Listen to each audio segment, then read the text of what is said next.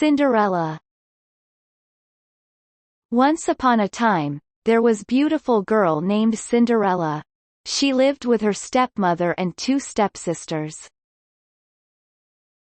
They didn't like her and made her do all the household work while her stepsisters just roamed around the house in their fancy dresses.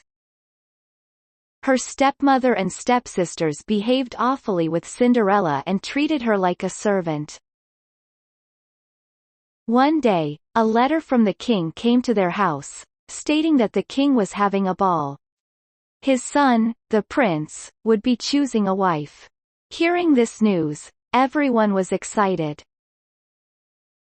Cinderella too wanted to attend. Mother, may I go to the ball? She asked. You can go as long as you finish all the work and help your sisters, her stepmother said.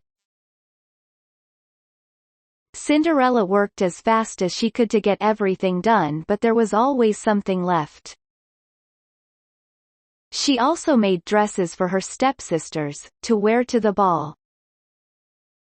At last, her stepsisters were dressed to go and all of Cinderella's work was complete.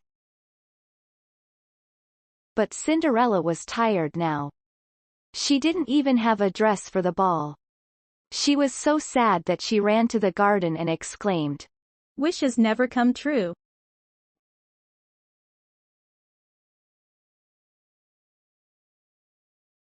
"Never, my dear," said a voice. As Cinderella looked up, a woman with a wand and a kind smile stood in front of her. She was her fairy godmother. With a wave of her hand, she made Cinderella look like a princess. She gave her a beautiful gown, glass slippers and shiny black horses to take her to the ball. But before leaving, her godmother warned, "This magic will only last until midnight. You must reach back home by then." Cinderella entered the palace and everyone was struck by her beauty. She was the prettiest girl in the ball. Even her stepsisters didn't recognize her. The handsome prince saw her and fell in love with her. The prince danced with her the whole night. When the clock struck midnight, she remembered her godmother's words and left the palace. In a hurry, she dropped one glass slipper behind, on the castle footsteps. The next day, the prince ordered his men to find the girl whose foot fit into the glass slipper.